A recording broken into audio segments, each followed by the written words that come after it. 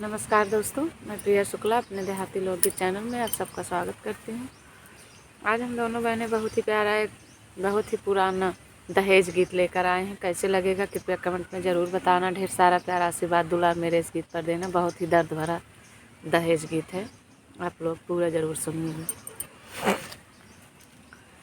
लिखे अंगूरी के खूनवा निकाल चिट्ठिया, लिखे अंगूरी के खूनवा निकाल चिट्ठिया, माई से ही के तरसई तोहार बिटिया, माई से ही के तरसई तोहार बिटिया। लिखे अंगूरी के खूनवा निकाल चिट्ठिया, लिखे अंगूरी के खूनवा निकाल चिट्ठिया, माई से ही के तरसई तोहार बिटिया, माई से ही के तरसई तोहार बिटिया। 1 लाख दे जा दिहलू ससुरु के हाथवा, 1 लाख दे जा दिहलू ससुरु के हाथवा। टीवी पंखा फ्रिज दिहलू भारिया गहनवा, टीवी पंखा फ्रिज दिहरू भारी बागहनवा। बीच अंगनवा में जोड़ू गठिया, माई बीच मड़वना में जोड़ू गठिया, माई सही के तरसई तोहार बिटिया, माई सही के तरसई तोहार बिटिया। लिखे अंगूरी के खूनवा निकाल चिट्ठिया, लिखे अंगूरी के खूनवा निकाल चिट्ठिया, माई सही के तरसई तोहार बिटिया। नई नई साड़ी लैके आए हम ससुरवा, नई नई साड़ी लैके आए हम ससुरवा। ससुरानी छीन ली दाई दिही लुगरिया, ससुरानी छीन छीन दिहली लुगरिया। ऊपरा से ननदी बोलेली बोलिया जी, ऊपरा से ननदी बोलेली बोलिया, माई से ही के तरसई तोहार बिटिया, माई से ही के तरसई तोहार बिटिया। लिखे अंगूरी के खूनवा निकाल चिट्ठिया, लिखे अंगूरी के खूनवा निकाल चिट्ठिया, माई से ही के तरसई तोहार बिटिया, माई से ही के तरसई तोहार बिटिया।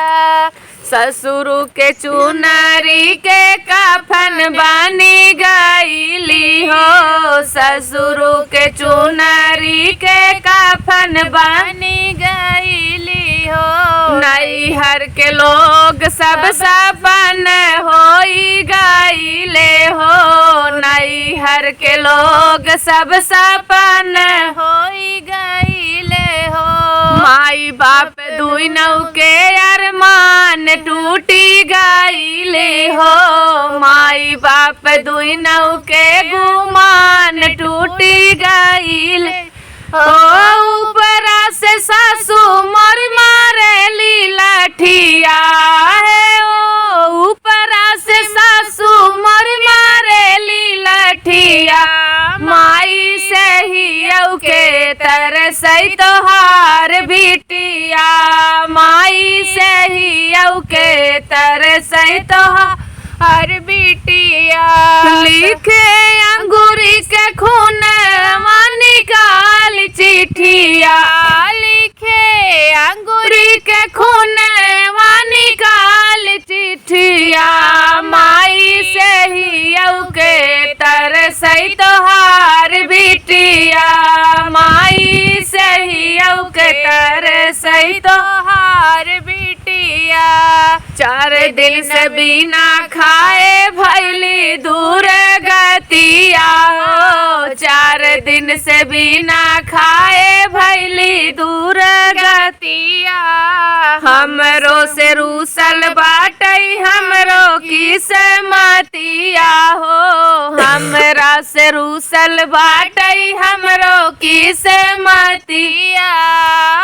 ऐसे दहेजवा में जाली बिटिया बाई, ऐसे दहेजवा में जाली बिटिया माई सही के तर सही तोहार बिटिया माई सही के तर सही तोहार बिटिया।